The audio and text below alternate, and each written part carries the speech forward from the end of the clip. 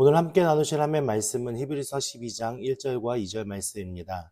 신약 성경 367페이지에 있는 히브리서 12장 1절과 2절 말씀을 다 함께 봉독하시겠습니다. 이러므로 우리에게 구름같이 둘러싼 허다한 증인들이 있으니 모든 무거운 것과 얽매이기 쉬운 죄를 벗어버리고 인내로써 우리 앞에 당한 경주를 하며 믿음의 주요 또 온전하게 하시는 이인 예수를 바라보자. 그는 그 앞에 있는 기쁨을 위하여 십자가를 참으사 부끄러움을 개의치 아니하시더니 하나님 보좌 우편에 앉으셨느니라. 아멘.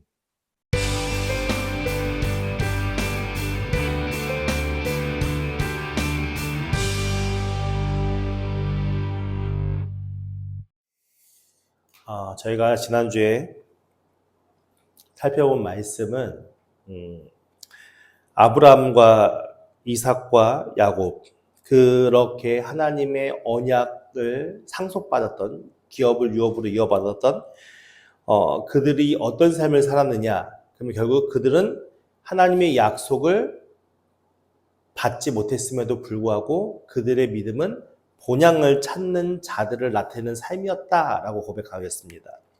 그래서 14절 말씀에, 11장 14절 말씀에 그들이 이같이 말하는 것은 자기들이 본향 찾는 자임을 나타냄이라 라고 말씀하면서 하나님께서 약속을 주신 그 가나안 땅, 그 가나안 땅에서 그들이 하나님 나라를 온전히 다 이루지는 못하였지만 그래도 그 약속의 말씀을 믿는 믿음으로 계속 대를 이어서 그렇게 그 땅, 하나님이 약속하신 그 땅을 본향 삼아 다른 어떤 것에 눈을 돌리지 아니하고 그 땅 가운데 자리를 끝까지 인내하며 지킴으로 하나님의 그 약속을 이루어 간 그 모습을 이제 말씀하고 있는 것이죠. 그래서 16절 말씀에 그들이 이제 더 나은 본향을 사모하니 곧 하늘에 있는 것이라. 그러므로 하나님이 그들에게 그들의 하나님이라 일컬음 받으심을 부끄러워하지 아니하시고 그들을 예비하여 예비한 한성을 예비하셨느니라 라고 말씀합니다.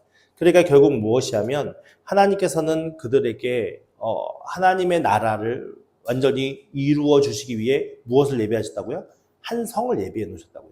그러니까 그들의 삶의 영역 속에서는 하나님의 약속을 완전히 받지는 못했지만 결국 하나님께서는 그들의 모든 것들을 위해 그 한 성을 예비하시고 그들에게 주어진 것을 말씀을 하고 있는 겁니다.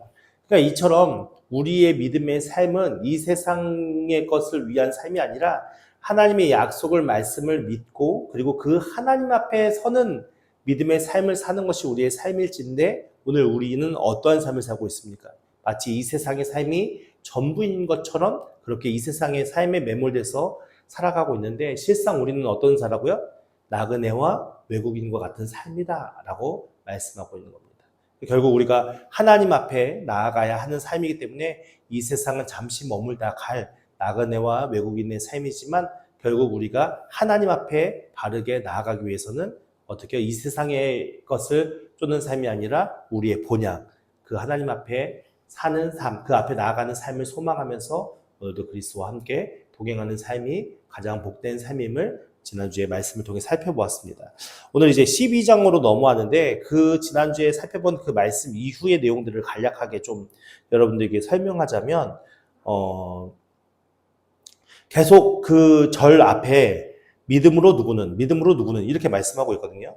그러면서 아브라함의 이야기 그리고 21절의 믿음으로 야곱은 22절의 믿음으로 요셉은 24절의 믿음으로 모세는 27절의 믿음으로 애굽을 떠나 28절의 믿음으로 유월절과 피 뿌리는 예식을 정하였으니 믿음으로 29절의 믿음으로 그들은 홍해를 육지같이 건넜으며 그러면서 계속 믿음으로 누구는 믿음으로 어떤 일은 이렇게 계속 서술되어 있습니다. 그러니까 이 내용들도 마찬가지로 어떤 말씀인 것입니까? 결국 그들이 하나님의 약속을 받은 자들로서 끝까지 그 말씀을 인내함으로 성취하는 믿음의 본을 보이는 삶을 살았다라는 것을 계속 설명하고 있는 말씀인 것이죠. 그래서 33절 말씀에 그들은 믿음으로 나라를 이기기도 하며 의를 행하기도 하며 약속을 받기도 하며 사자들의 입을 막기도 하며 그 여러 가지 많은 일들이 있었던 것이죠. 근데 36절 말씀에 보니까 또 어떤 이들은 조롱과 채찍질뿐 아니라 결박과 우리 위에 옥에 갇히는 시련도 받았으며 돌로 치는 것과 톱으로 켜는 것과 시험과 칼로 죽임을 당하고 양과 염소의 가죽을 입고 유리하여 궁핍과 환난과 학대를 받았으니. 그러니까는 이 믿음의 사람들의 삶이 녹록지 않았음을 이 말씀의 증언들로 알 수 있는 것이죠. 그만큼 그들은 힘들고 어려운 삶을 살았지만 결국 무엇을 증명하는 겁니까? 네, 믿음의 삶을 증명해 왔다라고 설명을 하는 것입니다. 그래서 39절 말씀에 보면 이 사람들은 다 믿음으로 말미암아 증거를 받았으니. 무엇으로 증거를 받았다고요? 믿음으로. 그래서 11장 앞부분에 믿음은 뭐라고 얘기했습니까? 11장 1절 말씀 볼까요? 믿음은 바라는 것들의 실상이요 보이지 않는 것들의 증거다라고 말씀하신 이유를 알겠죠. 그러니까 이들이 자신들이 직접 그 약속의 말씀을 받지 못하고 그것을 다 보고 알지 못했어도 무엇이요? 하나님의 그 약속의 말씀을 믿고 그렇게 그것을 열망하며 살았던 그 믿음의 증거들로 인하여서 오늘 39절 말씀에 이 사람들은 다 믿음으로 말미암아 증거를 받았으니 약속된 것을 받지 못하였으니 이는 하나님이 우리를 위하여 더 좋은 것을 예비하셨은즉 우리가 아니면 그들로 온전함을 이루지 못하게 하려 함이라 라고 말씀하면서 이것이 무엇을 얘기하는 겁니까? 그 하나님의 약속에 대한 소망을 살고 끝까지 살아왔다는 거죠. 근데 오늘 우리는 그 약속을 받았습니까? 못 받았습니까? 받았죠. 무엇으로 받았습니까? 예수 그리스도로 받았습니다. 그러니까 이 사람들의 삶이 그 하나님의 약속, 그러니까는 아브라함에게는 하나님의 민족을 나라를 이루겠다는 그 약속, 그것이 결국 가나안 땅을 점령하면서 이루어졌고 그 후에 사람들도 결국 무슨 약속을 받습니까? 메시아가 올 거라는 약속을 받잖아요. 그러니까 그 사람들은 무엇을 기다리며 살았습니까? 메시아. 그들을 모든 죄와 사망으로부터 구원해 줄 메시아. 하나님은 그런 메시아를 보내주시겠다고 했는데 결국 유대인들은 어떤 메시아를 기다리는 겁니까? 정치적으로 군사적으로 강력한 힘을 가진 메시아. 근데 하나님의 약속을 기대하고 소망한 사람들이 있었습니까? 없었습니까? 있었다는 거잖아요. 많은 허다한 증인들이 있었다는 거잖아요. 그러니까 그들의 삶이 계속 증명되어지고 믿음으로 증언되어져서 결국 오늘 우리가 그 약속의 말씀을 받는 자들이 되었고 그것으로 인해서 우리의 믿음의 삶이 어떻게 했다고요? 온전함으로 바뀌었다라는 것을 지금 11장 말씀에서 설명하고 있는 거거든요. 이해가 되십니까? 그러니까 이 11장에 나오는 믿음장이라고 하는 이 11장의 믿음은 어떤 믿음을 얘기하는 겁니까? 어떤 믿음이야? 좋은 믿음이야? 좋은 얘기는 별로 없잖아요. 고난과 환난과 어려움 가운데서도 끝까지 견디고 인내하는 믿음. 그러니까 지금 이 히브리서 기자가 서술하고 있는 내용을 이해하셔야 돼요. 지금 계속 비교하면서 설명하다가 믿음장으로 나왔잖아요. 그러니까 계속 비교했던 것이 무엇입니까? 우리가 히브리서를 보면서 쭉 히브리 기자가 비교했던 대상들과 비교했던 것은 결국 무엇입니까? 네. 그들에게 제사장이 있었어요. 근데 더 나은 제사장이 있다. 그들에게 재물이 있었어요. 더 나은 재물이 있다. 그들에게 제사가 있었어요. 더 나은 제사가 있다. 그들에게 언약이 있었어요. 더 나은 언약이 있다. 결국 그 더 나은 제사장, 재물, 그리고 뭐죠? 제사, 언약. 그것이 누구를 통해 성취되었다는 걸 말씀하고 있는 겁니까? 설명하고 있는 겁니까? 예수 그리스도를 통해 성취된 것이다. 그래서 너희들의 믿음이 과거로 회개하려고 하지 말고 율법으로 돌아가려고 하면 안 되고 환난과 핍박과 어려움이 있어도 율법으로 돌아가는 것이 진짜 본질적으로 중요한 것이 아니라 지금 이 자리를 끝까지 인내함으로 견뎌야 한다라는 것을 지금 설명하고 있는 말씀이잖아요. 이것을 잘 이해하고서 오늘 12장의 말씀들을 살펴보았으면 좋겠습니다. 여기까지는 잘 이해가 되시죠? 네. 그럼 우리 12장으로 넘어와서 1절 말씀에 이렇게 고백합니다. 이러므로 우리에게 구름같이 둘러싼 허다한 증인들이 있으니 모든 무거운 것과 얽매이기 쉬운 죄를 벗어버리고 인내로서 우리 앞에 당한 경주를 하며. 그러니까 지금 이 신앙생활, 신앙에 대한 것을 무엇으로 비유하고 있는 거예요? 경주로 비유하고 있는 겁니다. 그러니까 경주라고 하면 여러 가지 경주가 있겠지만 달리기를 표현한다고 우리가 쉽게 알아볼 수 있잖아요. 그럼 달리기를 하는 경주자라고 우리가 인지를 하고 있으면 그 경주자는 어디서 경기를 하죠? 동네에서 그냥 아무도 없는 길에서 달리기를 하나요? 아니잖아요. 지금 여기서 경주를 한다는 이 말은 큰 대회에 나가서 경주를 하는 걸 얘기해요. 근데 큰 대회에 나가서 경주를 할 때에 그 큰 대회라는 의미는 거기에 누가 같이 있다는 걸 말씀하고 있는 겁니까? 누가 있어요? 관중들이 있잖아요.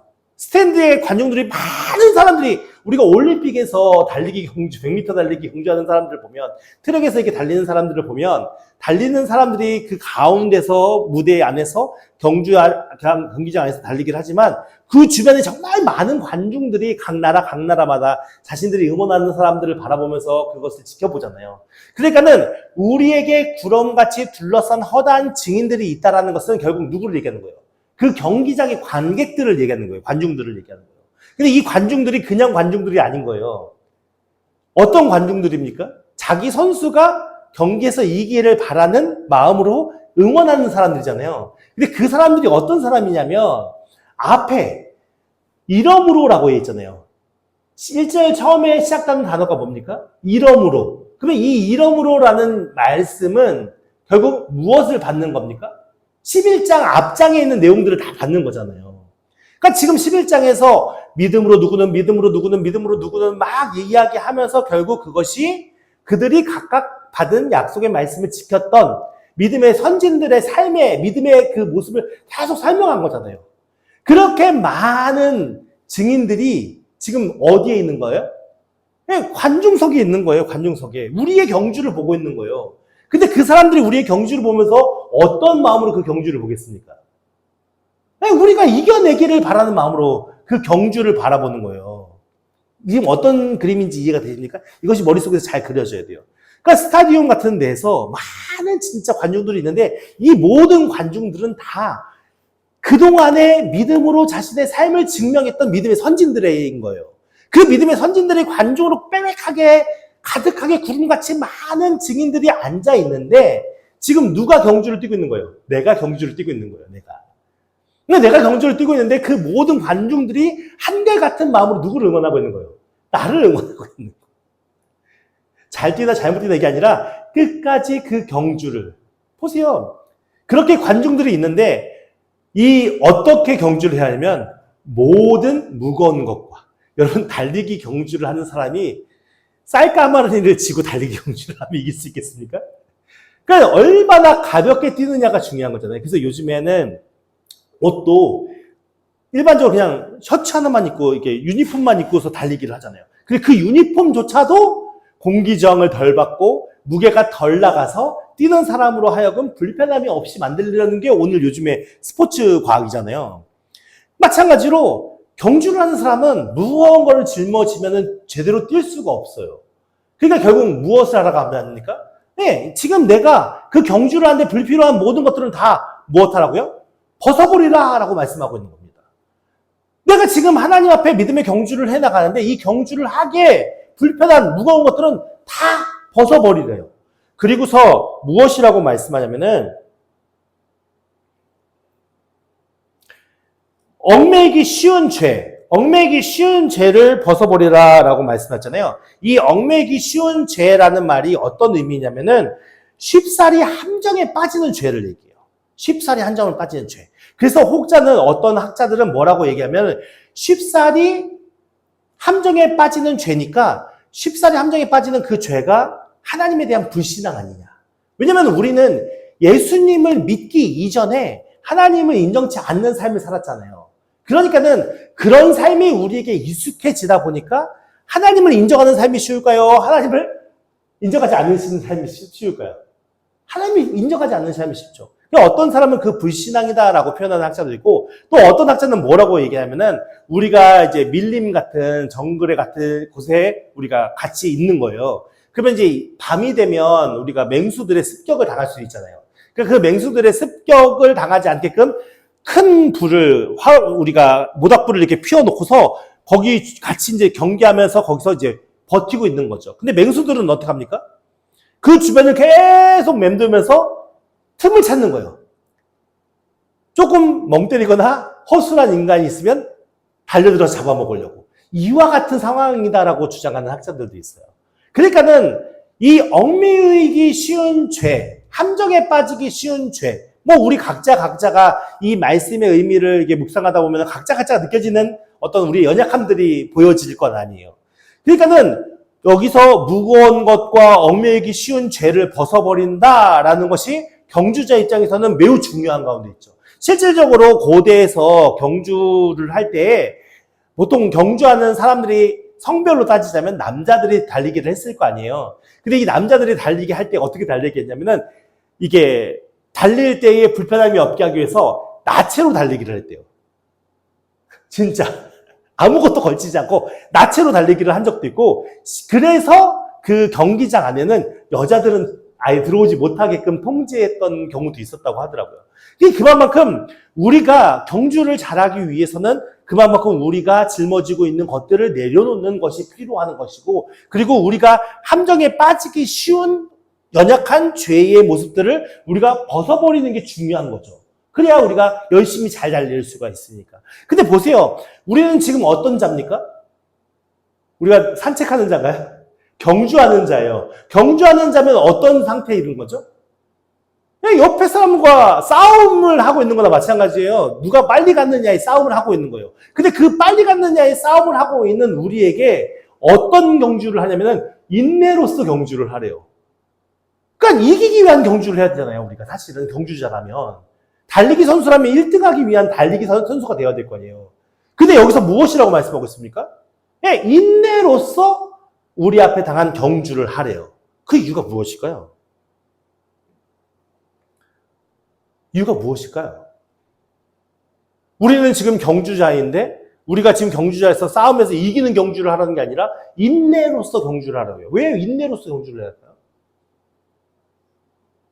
이것이 왜 인내로서 경주를 하냐면은 우리의 경주는 이 인내라는 단어를 우리가 좀 이해했으면 좋겠는데, 이 인내라는 단어가 어떤 의미를 담고 있냐면 자기의 입장을 끝까지 고수하는 것, 흔들리거나 떠나지 않고 확고부동하게 남아있는 것. 그러니까 그 자리에 움직이지 않고 확고부동하게 딱 서 있는 상태가 인내예요. 그러면 경주자는 어떻게 경주해야 될까요? 열심히 달려야 되잖아요. 근데 인내라는 말은 딱 서 있으면 되는 거예요. 왜 이런 표현을 썼을까요? 우리의 경주는 어떤 경주입니까? 1등하기 위한 경주입니까? 이거를 잘 이해하셔야 돼요. 이게 이해가 안 되면 신앙이 막 누군가가 경쟁하는 신앙으로 가게 돼 있어요. 우리의 경주는 이미 승리한 싸움을 싸운 거예요. 누가 승리하셨죠? 예수 그리스도가. 죄와 승리한 싸움을 우리는 그 길을 믿음으로써 걸어가는, 그 길을 믿음으로써 경주해가는, 이 경주가 우리는 자꾸만 생각할 때 100m, 200m 달리기 이런 경주를 생각하는데, 실상 우리의 믿음의 경주는 어떤 경주입니까? 마라톤보다도 더 긴 경주잖아요. 마라톤보다 더 고되고 힘든 믿음의 경주를 달려가야 되는 거예요. 근데 그 마라톤보다 더 힘든 믿음의 삶에 대한 그 경주를 달려나갈 때에 우리 안에 예수 그리스도에 대한, 예수 그리스도가 승리해 놓은 그 결과에 대한 확고한 믿음과 신앙으로 내가 그 자리를 확고하게 딱 꽂혀서 서 있는 상태. 그것을 버티다 보면 어떻게 된 거예요? 그 승리한 경주의 끝에 도달하게 되어지고, 그 승리한 끝에 도달했을 때 우리는 그 예수 그리스도가 받아놓은 상급을 우리가 받는 거죠. 이해가 되십니까? 그래서 믿음으로써 우리 당한 경주를 해야 한다라고 말씀하는 겁니다. 그러니까 인내가 얼마나 중요한지 우리가 알 수 있겠죠. 우리의 믿음의 삶에서 내가 무엇인가 많이 이루는 것도 중요하지만 내가 지금 그리스도 안에서 확고한 믿음의 상태로 내 자리를 지키는 것이 얼마나 중요하다는 걸 알 수 있겠죠. 근데 우리는 자꾸만 무엇인가를 이 자리를 지키는 것에 집중하기보다는 뭘 하기를 바빠요? 내 능력을 증명하고 싶고, 내 힘을 증명하고 싶고, 내가 가진 것이 무엇인지 자꾸만 증명하고 싶은 우리의 마음속에 얽매이기 쉬운 죄들이 있는 거예요. 무거운 것들이 있는 거예요. 내가 짊어지는 무거운 것들이 있다고요. 우리는 그냥 예수를 수고하고 무거운 짐진 자들 다 내게로 오라라고 말씀하셨잖아요. 그러니까 내가 짊어진 모든 것들을 예수 그리스도께 맡겨놓고 나는 진짜 가볍게 지금 내 자리를 확고한 마음으로 지키고 서 있으면 되는데, 우리는 자꾸만 뭐래요? 자꾸만 하나씩 얹어놓은 거죠. 내가 믿음 생활할 때 이런 믿음을 하고 싶습니다. 저런 믿음을 하고 싶습니다. 이런 열매 맺고 싶습니다. 저런 열매 맺고 싶습니다. 하면서 우리의 어깨에 계속 짐을 올려놓으니까 그 짐의 무게에 우리는 제대로 된 경주도 할 수 없을 뿐더러 무엇입니까? 우리 안에 있는 하나님을 향한 그 믿음의 불신앙, 내 안에서 그 하나님을 향한 신뢰와 확신 가운데 서지 않고 자꾸만 하나님을 밀어내고자 하는 내 마음의 욕심과 욕망이 계속 끊임없이 무엇을 작용합니까?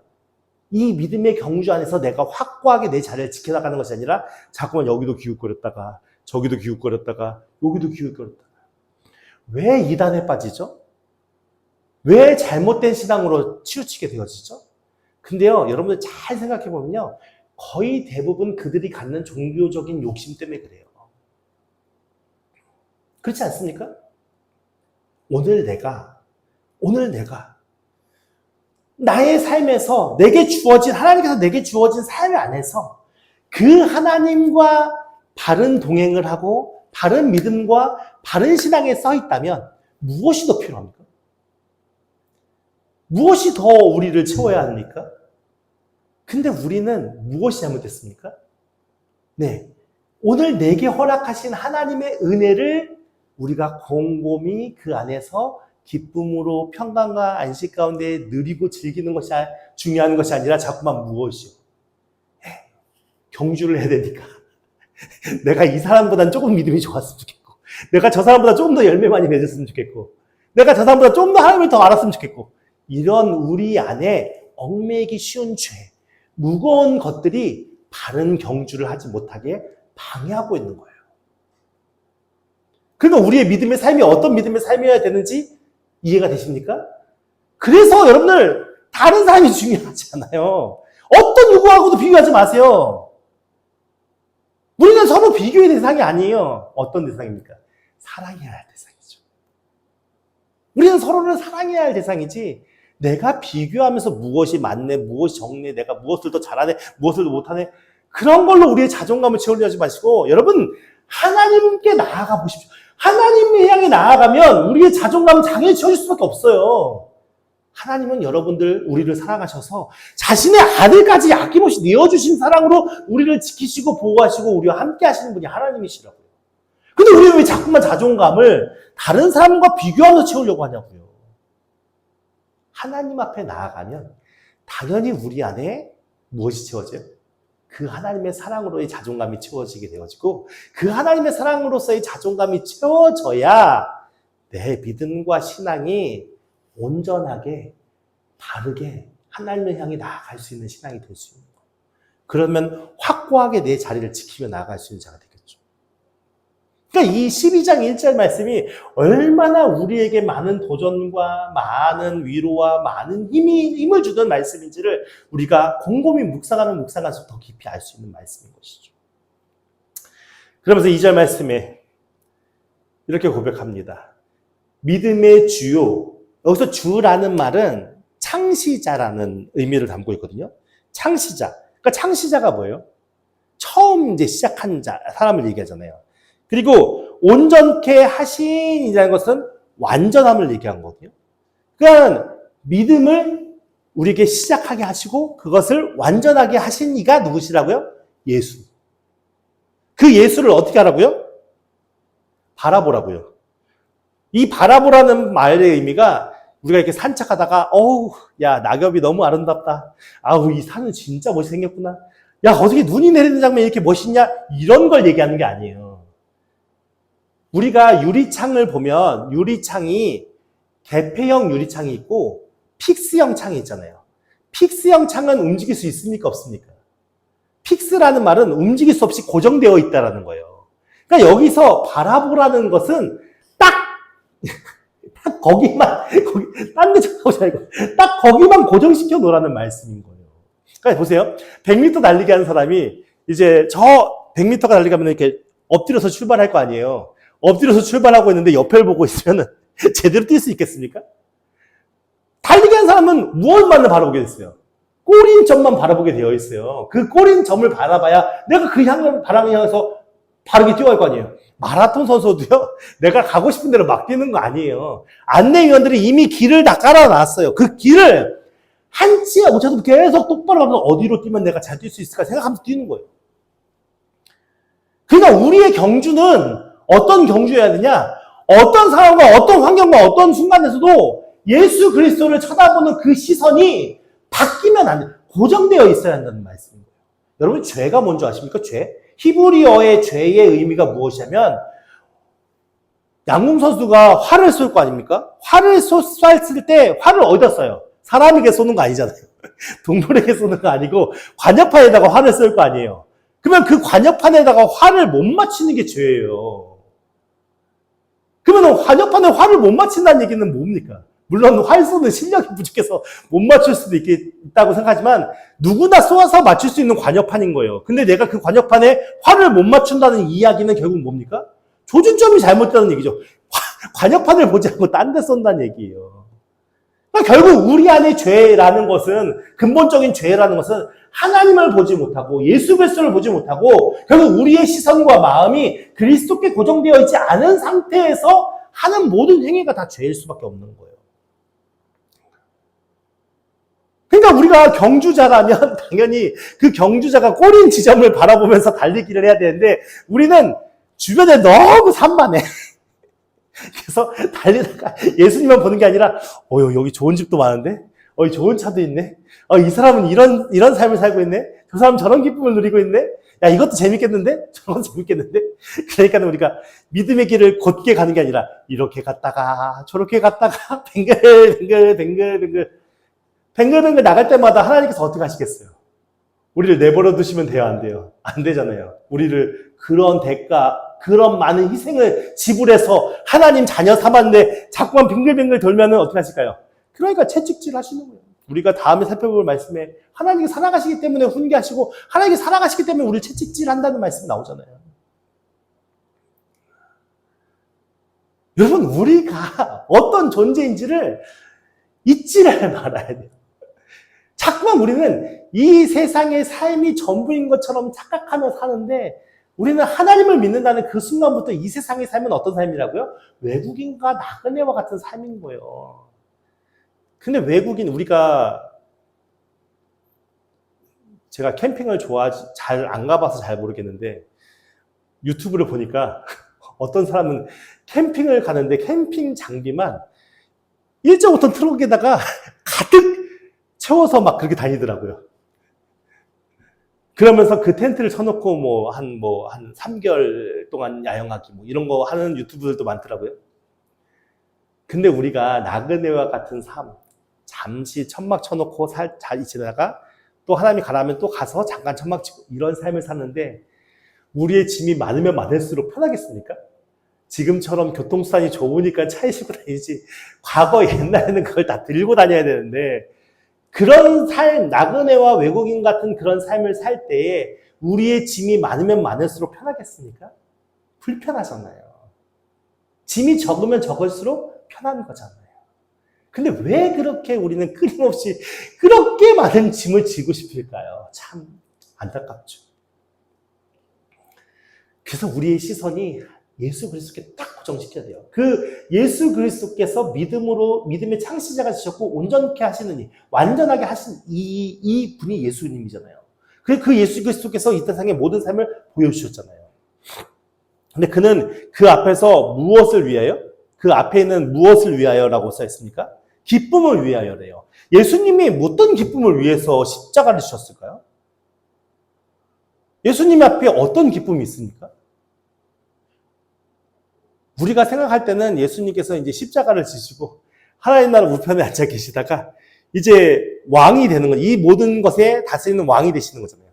왕이 때문에 그러는 것보다 라고 생각할 수도 있겠죠. 실상 예수님께서 십자가를 지지 않으면 왕이 안 되십니까?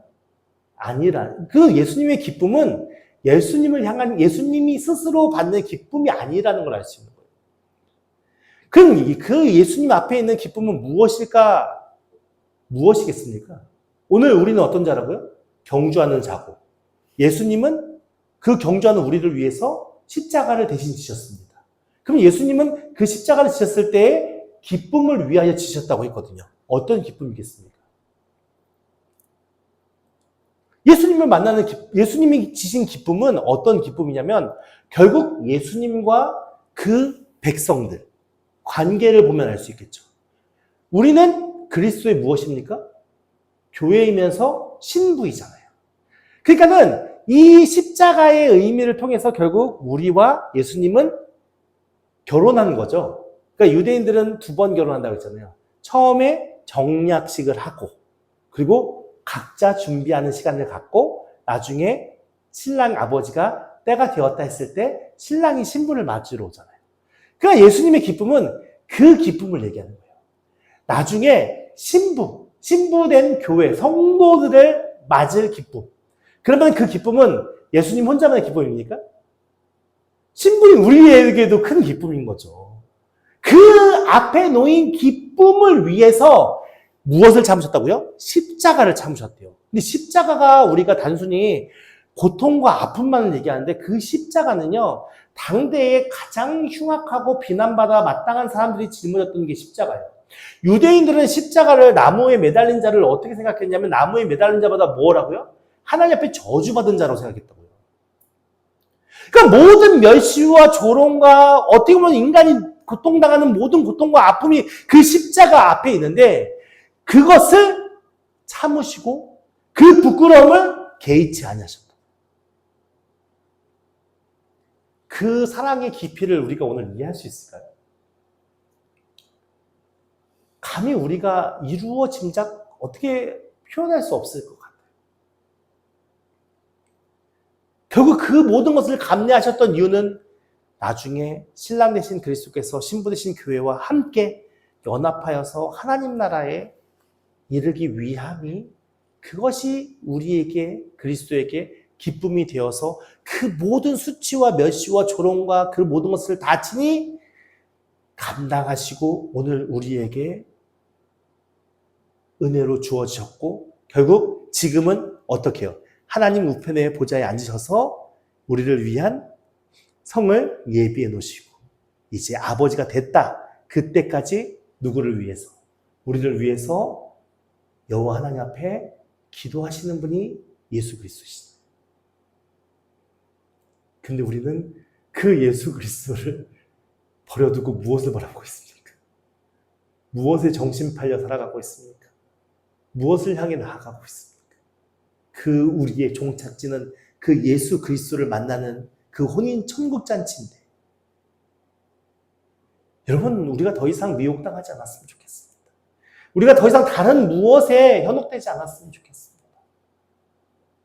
우리가 그 예수 그리스도를 향한 우리의 믿음과 사랑으로 우리도 잘 준비되어져서 기쁨으로 그 예수 그리스도를 만나야 하지 않겠습니까?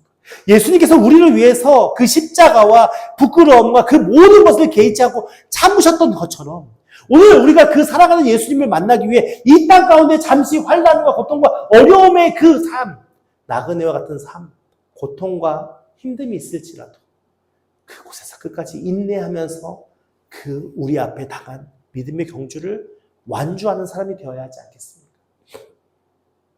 그러기 위해서 우리 어떤 삶을 살아야 한다고요?